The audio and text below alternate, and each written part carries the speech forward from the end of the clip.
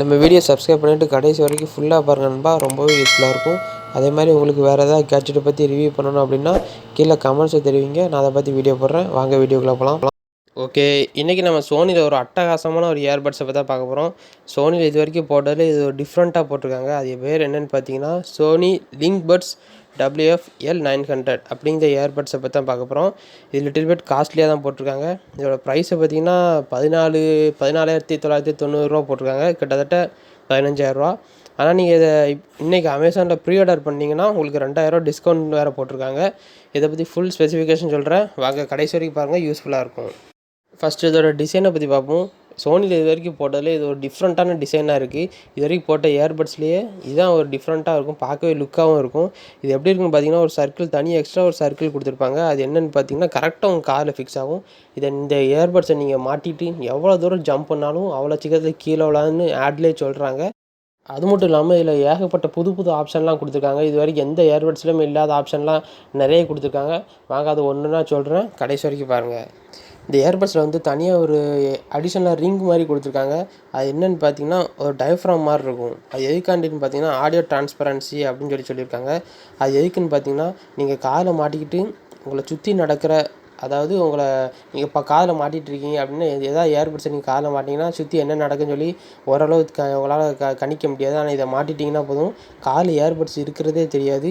உங்கள் சுற்றி என்ன நடக்கோ அது அப்படியே நீங்கள் இயர்பட்ஸ் இல்லாமல் எப்படி கேட்பீங்களோ அதே மாதிரி உங்கள் காதுக்குள்ளே பிரதிபலிக்கிற மாதிரி நிறைய ஆப்ஷன் இதில் கொடுத்துருக்காங்க.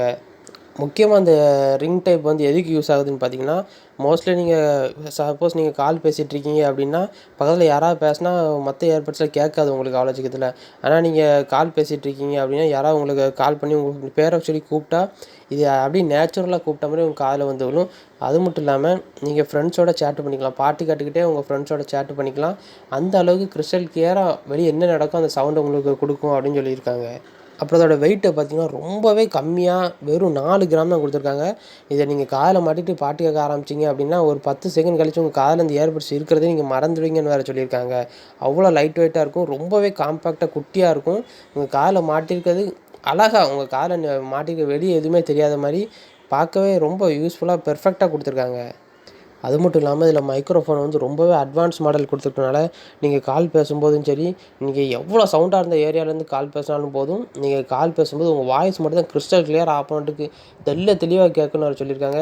மற்ற இயர்பட்ஸ்லாம் கம்பேர் பண்ணும்போது நீங்கள் இதை செக் பண்ணியே பார்க்கலாம், அவ்வளோ கிறிஸ்டல் கிளியராக இருக்குன்னு வேறு சொல்லியிருக்காங்க. அது மட்டும் இல்லாமல் இதில் நீங்கள் பாட்டு கேட்கும்போது ஹை சவுண்ட் குவாலிட்டியும் செமையாக இருக்குன்னு வேறு சொல்லியிருக்காங்க. நீங்கள் பாட்டு கேட்டுட்டு இருந்தீங்க அப்படின்னா அது டிஜிட்டல் சவுண்ட் என்ஹான்ஸ்மெண்ட் இன்ஜின் அப்படின்னு சொல்லி ஒரு ஆப்ஷன் இருக்குது. அது மூலமாக நீங்கள் பாட்டு கேட்டுட்டு இருக்கும்போது அதில் வர்ற மியூசிக்காக இருக்கட்டும், வோக்கல்ஸாக இருக்கட்டும், ட்ரிபிள் பேஸ் எல்லாமே நீங்கள் நேச்சுரலாக இன்ஸ்ட்ருமெண்ட் வாசிக்கும் போது நீங்கள் முன்னாடி உட்காந்து கேட்ட மாதிரி ரியாலிஸ்டிக்காக இருக்குன்னு வேறு சொல்லியிருக்காங்க.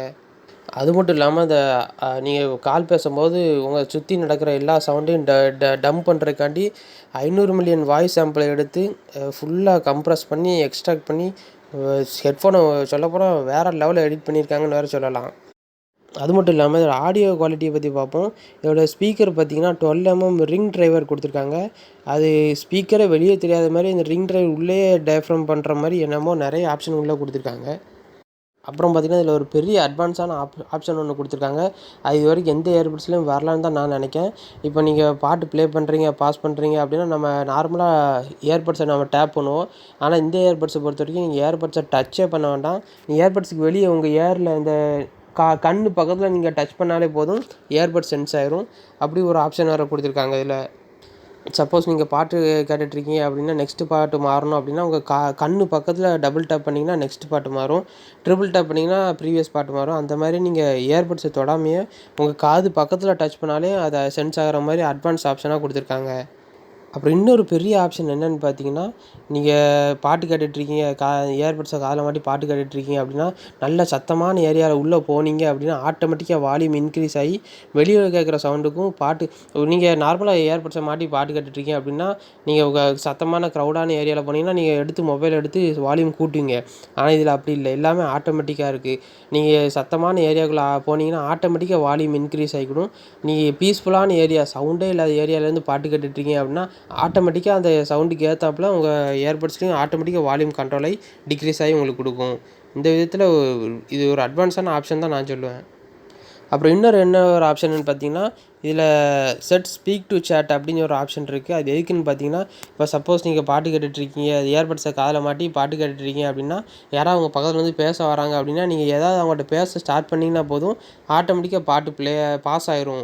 அப்புறம் கொஞ்ச நேரம் கழித்து அவங்க பேசி முடிச்சுட்டு அவங்க போயிட்டாங்க அப்படின்னா, நீங்கள் 2 செகண்ட் இல்லை 3 செகண்ட் அமைதியாக இருந்தீங்கன்னா, ஆட்டோமேட்டிக்காக பாட்டு ஆன் ஆகி பாட ஆரம்பிச்சிடும். ரொம்பவே அட்வான்ஸான ஆப்ஷனாக தான் கொடுத்துருக்காங்க.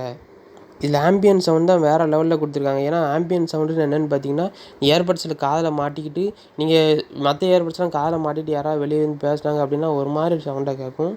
ஆனால் இதில் அப்படி கிடையாது. ஆம்பியன் சவுண்டு சொல்லி ஆட்டோமேட்டிக்காக இதுவே ஆம்பியன் சவுண்டை வந்து சவுண்ட் இன்க்ரீஸ் பண்ணி உங்களுக்கு கொடுக்கும்.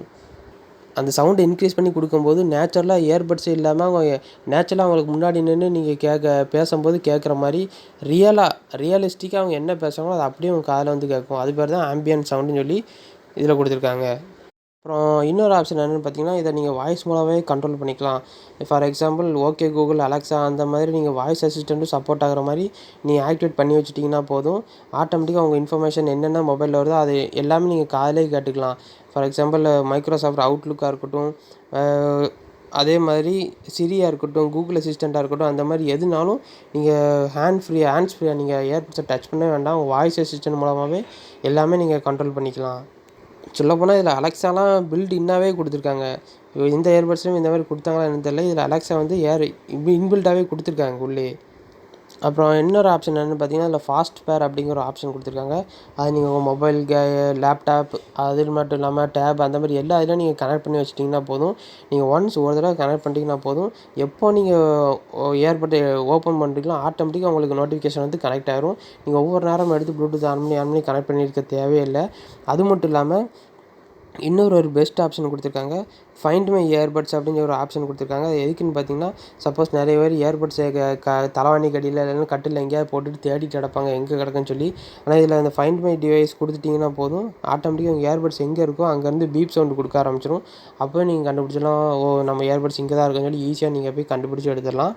ஆனால் நீங்கள் இன்னொரு என்ன விஷயம்னு பார்த்தீங்கன்னா, இயர்பட்ஸில் காதில் மாட்டிட்டு ஃபைண்ட் மை டிவைஸை கொடுத்துட்டாங்க, காதே செவிடாக போயிடும். அவ்வளோ சவுண்டு அதுலேருந்து கேட்கும். அதனால் சேஃபாக யூஸ் பண்ணுங்கள்.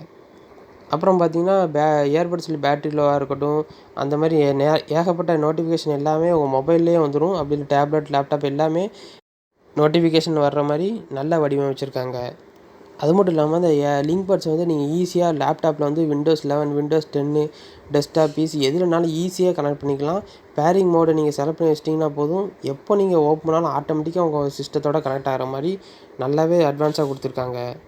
அப்புறம் இன்னொரு ஆப்ஷன் என்னென்னு பார்த்தீங்கன்னா, ஸ்பாட்டிஃபை டேப் அப்படிங்கிற ஆப்ஷன் கொடுத்துருக்காங்க. அது எதுக்குன்னு பார்த்தீங்கன்னா, நீங்கள் உங்கள் ஃபேவரட் மியூசிக் வந்து ஈஸியாக அக்சஸ் பண்ணுற மாதிரி ஸ்பாட்டிஃபை டேப்னால் நீங்கள் சிங்கிள் டேப் இல்லைன்னா டபுள் டேப் பண்ணிங்கன்னா போதும், ஆட்டோமேட்டிக்காக உங்கள் காரில் இல்லைன்னா நீங்கள் எந்த இதில் ஸ்பாட்டிஃபை கனெக்ட் பண்ண நினைக்கிங்களோ அதில் ஆட்டோமேட்டிக்காக கனெக்ட் ஆகிற மாதிரி கொடுத்துருக்காங்க. ஒவ்வொரு டைம் நீங்கள் ஸ்மார்ட் ஃபோனை டச் பண்ணி ஸ்பாட்டிஃபை கனெக்ட் பண்ணணும் அப்படின்னு எந்த ஒரு அவசியமும் இல்லை. நீங்கள் இயர்பட்ஸ் மூலமாகவே டச் பண்ணி கண்ட்ரோல் பண்ணிக்கலாம். இதில் என்னென்னு பார்த்தீங்கன்னா, சோனி அண்ட் மைக்ரோசாஃப்ட் வந்து இணைஞ்சு இதில் ஒரு ஆப்ஷன் வேறு கொடுத்துருக்காங்க. இதில் வந்து மைக்ரோசாஃப்ட் சவுண்ட்ஸ்கேப் ஆப் அப்படின்னு சொல்லி ஒரு அப்ளிகேஷன் தனியாக வேறு கொடுத்துருக்காங்க. அது நீங்கள் மொபைலில் டவுன்லோட் பண்ணி வச்சுக்கலாம். அது எதுக்குன்னு பார்த்தீங்கன்னா, எல்லா சவுண்டையும் அப்படியே 3D எஃபெக்டில் நீங்கள் இது வரைக்கும் கேட்காத மாதிரி அட்வான்ஸ் டெக்னாலஜியோட நல்ல மியூசிக் இன்ஸ்ட்ருமெண்ட்டோட செமையாக கொடுத்துருக்காங்க. நீங்கள் ஒரு தடவை கேட்டு பார்த்தீங்கன்னா உங்களுக்கே பிடிக்கும்னு வேறு சொல்லியிருக்காங்க. ரொம்பவே அட்வான்ஸ் டெக்னாலஜியாக நீங்கள் பாட்டு கேட்டிங்கன்னா இந்த இன்ஸ்ட்ருமெண்ட் முன்னாடி உட்காந்து நீங்கள் கேட்குற மாதிரி அவ்வளோ அட்வான்ஸாக இருக்கும் அப்படின்னு வேறு சொல்லியிருக்காங்க. இந்த இயர்பட்ஸை பொறுத்த வரைக்கும் டோட்டலாக ஹேண்ட்ஸ் ஃப்ரீ இயர்பட்ஸ்ன்னு சொல்லியிருக்காங்க. எல்லாமே நீங்கள் வாய்ஸ் கண்ட்ரோலில் பண்ணிக்கலாம், மொபைல் ஆப்பில் கண்ட்ரோல் பண்ணிக்கலாம். அவ்வளோ சீக்கிரத்தில் இயர்பட்ஸை டச் பண்ணி நீங்கள் எந்த ஒரு விஷயமும் செய்யவே வேண்டாம். அப்புறம் பார்த்தீங்கன்னா, இதில் வாட்டர் ரெசிஸ்டன்ட் கொடுத்துருக்காங்க.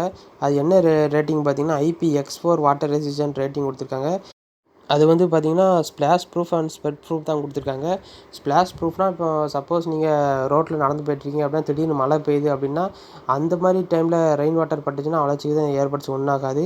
அது மட்டும் இல்லாமல் நீங்கள் ஜிம்மில் ஒர்க் அவுட் பண்ணுறீங்க, இல்லை சைக்கிளிங் பண்ணுறீங்க, இல்லை ஏதாவது ஒர்க் அவுட் பண்ணிகிட்டு இருக்கும்போது வேர்க்கும் தெரியுமா, அந்த மாதிரி வேர்வை தண்ணி பட்டால் கூட அந்த இயர்பட்ஸ் ஒன்றும் செய்யாது. இன்னொரு ஆப்ஷன் என்னென்னு பார்த்தீங்கன்னா, லோ லேட்டன்சி மோடு கொடுத்துருக்காங்க. லோ லேட்டன்சி மோடு வந்து இதில் பெர்ஃபெக்ட்டாக ஒர்க் ஆகுதுன்னு வேறு சொல்லியிருக்காங்க. இப்போ லோ லேட்டன்சி மோடு எதுக்கு யூஸ் ஆகுதுன்னு பார்த்தீங்கன்னா, இப்போ சப்போஸ் ஹை குவாலிட்டி கேம் விளாண்டுட்ருக்கீங்க அப்படின்னா, கேமில் ஷூட்டிங் பண்ணுறீங்க அப்படின்னா, ஒவ்வொரு இயர்பட்ஸை பார்த்தீங்கன்னா, நீங்கள் ஷூட் பண்ணி 2 செகண்ட் கழிச்சு உங்களுக்கு சவுண்டே காதில் கேட்கும். ஆனால் இதில் அப்படி கிடையாது. நீங்கள் 10 மீட்டர் ரேஞ்சுனா 10 மீட்டர் ரேஞ்சில் நீங்கள் உட்காந்து அங்கே கேம் விளாண்டுட்டு இருந்தீங்கனாலும், நீங்கள் அங்கே ஷூட் பண்ணிங்கன்னா வித்தின் செகண்டில் அப்படியே நேச்சுரலாக ஷூட் பண்ணுற மாதிரி காதில் கேட்கும். ஒவ்வொரு இயர்பட்ஸை பார்த்தீங்கன்னா, நீங்கள் டிஸ்டன்ஸ் கூட சவுண்டு லேட்டன்சி வந்து ரொம்பவே கம்மியாயிரும். அந்த மாதிரி இது எந்த ஒரு ப்ராப்ளம் இல்லாமல் லேட்டன்சி மோட் வந்து அவ்வளோ பெர்ஃபெக்ட்டாக ஒர்க் ஆகும்னு வேறு சொல்லியிருக்காங்க. அதுக்காகவே இதில் ஸ்பெஷலாக V1 ப்ராசஸர் அப்படின்னு சொல்லி ஒரு ப்ராசஸர் கொடுத்துருக்கனால, இப்போ எந்த ஒரு இன்ட்ரப்ட் இருந்தாலும் இந்த லேட்டன்சி மோட் வந்துட்டு குறையாம, எந்த ஒரு இன்ட்ரப்ட்டும் இல்லாமல் அவ்வளோ கிறிஸ்டல் கிளியராக அவங்க காதில் கேட்குன்னு வேறு சொல்லியிருக்காங்க. அப்புறம் அந்த இயர்பட்ஸோட பேட்டரி பவர் பேக்கை பற்றி பார்ப்போம்.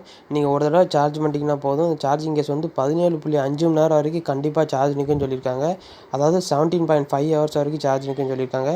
நீங்கள் இயர்பட்ஸை மட்டும் தனியாக எடுத்து காதில் வச்சு பாட்டு கேட்டிங்கன்னா 5.5 மணி நேரம், அதாவது 5.5 ஹவர்ஸ் வரைக்கும் கண்டினியூஸாக சார்ஜ் நிற்கும்னு சொல்லியிருக்காங்க. அப்புறம் இன்னொரு ஆப்ஷன் என்னென்னு பார்த்தீங்கன்னா, இதில் குயிக் சார்ஜ் சப்போர்ட் இருக்கிறதுனால வெறும் 10 நிமிஷம் நீங்கள் சார்ஜ் பண்ணிங்கன்னா போதும், கிட்டத்தட்ட 90 மினிட்ஸ் வரைக்கும் கண்டினியூஸாக ப்ளே பண்ணிக்கலான்னு வேறு சொல்லியிருக்காங்க. அது மட்டும் இல்லாமல் இதில் சோனி ஹெட்ஃபோன்ஸ் கனெக்டட் ஆப்னு வேறு கொடுத்துருக்காங்க. அந்த ஆப்லேயே நீங்கள் இயர்பட்ஸு சார்ஜ் வந்து பிலோ 30% போச்சுன்னா ஆட்டோமேட்டிக்காக உங்களுக்கு பாப்அப் மெனுவில் நோட்டிஃபிகேஷன் வர்ற மாதிரி தான் கொடுத்துருக்காங்க. இதோட சார்ஜிங் கேஸை பற்றி பார்த்தீங்கன்னா, ரொம்பவே காம்பேக்டாக அழகாக கொடுத்துருக்காங்க. ரொம்ப குட்டியாக உங்கள் உள்ளங்கையில் வச்சு மூடிடலாம், அவ்வளோ காம்பேக்டாக கொடுத்துருக்காங்க. ஈஸியாக நீங்கள் உங்கள் பாக்கெட்டில் போட்டுக்கலாம், இல்லைன்னா பெல்ட்டை தொங்க விட்டுக்கலாம், எங்கேனாலும் ஈஸியாக கொண்டு போய்க்கலாம். அது மட்டும் இல்லாமல் இதில் டைப் சி சார்ஜர் தான் கொடுத்துருக்காங்க. இந்த சார்ஜிங் கேஸில் வந்து ஃப்ரண்ட்டில் பார்த்தீங்கன்னா ஒரு சின்ன பட்டன் மாதிரி கொடுத்துருக்காங்க. அந்த பட்டனை ப்ரெஸ் பண்ணால் ஆட்டோமேட்டிக்காக மூடி திறக்கிற மாதிரி கொடுத்துருக்காங்க. இந்த பாக்ஸை நீங்கள் புதுசாக வாங்கும்போது உள்ளே என்னெல்லாம் இருக்குன்னு பார்த்தீங்கன்னா, நல்ல ஹை குவாலிட்டியான டைப் சி கேபிள் கொடுத்துருக்காங்க. இயர்பட்ஸ் வந்து சார்ஜிங் கேஸ் வரும். அது மட்டும் இல்லாமல் ஒரு 4 பேர் ஆஃப் ரிங்ஸ் ஏதோ கொடுத்துருக்காங்க. அது என்ன ரிங்ஸ்ன்னு தெரில, அது வாங்கி யூஸ் பண்ணி பார்த்தா தான் தெரியும். இதில் இன்னொன்று என்ன பார்த்தீங்கன்னா, 360 ரியாலிட்டி ஆடியோன்னு சொல்லி ஒரு ஆப்ஷன் கொடுத்துருக்காங்க. இது நீங்கள் ஒரு தடவை காதில் மாட்டி பாட்டு கேட்டிங்கன்னா போதும், கண்ணை மூடி உட்காந்திங்கன்னா நீங்கள் பாட்டு ஒரு ரூமில் உங்களை நடுவில் உட்கார வச்சு சுற்றி இன்ஸ்ட்ருமெண்ட் வாசிக்கிற மாதிரி அழகாக இயர்பட்ஸில் கேட்குற மாதிரியே இருக்காது, நேரில் நீங்கள் போய் பாட்டு கேட்குற மாதிரி அவ்வளோ துல்லியமாக இருக்குன்னு வேறு சொல்லியிருக்காங்க. அப்புறம் இதில் ப்ளூடூத் வெர்ஷன் பார்த்திங்கன்னா ரொம்பவே அட்வான்ஸ் வெர்ஷனாக 5.2 கொடுத்துருக்காங்க. எஃபெக்டிவ் ரேஞ்ச் வந்து 10 மீட்டர் கொடுத்துருக்காங்க. ஃப்ரீக்வன்சி பேண்ட் வந்து 2.4 GHz பேண்ட் கொடுத்துருக்காங்க. ரொம்பவே அட்வான்ஸ் மாடல் தான். நீங்கள் 10 மீட்டரில் என்ன இன்டர்ப்ட் வந்தாலும் எந்த ஒரு டிஸ்கனெக்ட்டும் ஆகாமல் கண்டினியூஸாக கனெக்ஷன்லேயே இருக்கும். வெயிட்டு தான், சார்ஜிங் வெயிட் வந்து ரொம்ப கம்மியாக வெறும் 34 கிராம் தான் கொடுத்துருக்காங்க. ரொம்பவே லைட் வெயிட் தான். ஓகே நண்பா, அந்த வீடியோ உங்களுக்கு பிடிச்சிருக்குன்னு நினைக்கிறேன். வீடியோ கடைசி வரைக்கும் பார்த்ததுக்கு ரொம்பவே நன்றி. இதே மாதிரி உங்களுக்கு வேறு ஏதாவது ஹெட்ஃபோனை பற்றி தெரியணும் அப்படின்னா கீழே டிஸ்கிரிப்ஷனில் இல்லைனா கமெண்ட்ஸில் தெரிவிங்க. நான் அதை பற்றி ஃபுல்லாக நெக்ஸ்ட் வீடியோவில் போடுறேன்.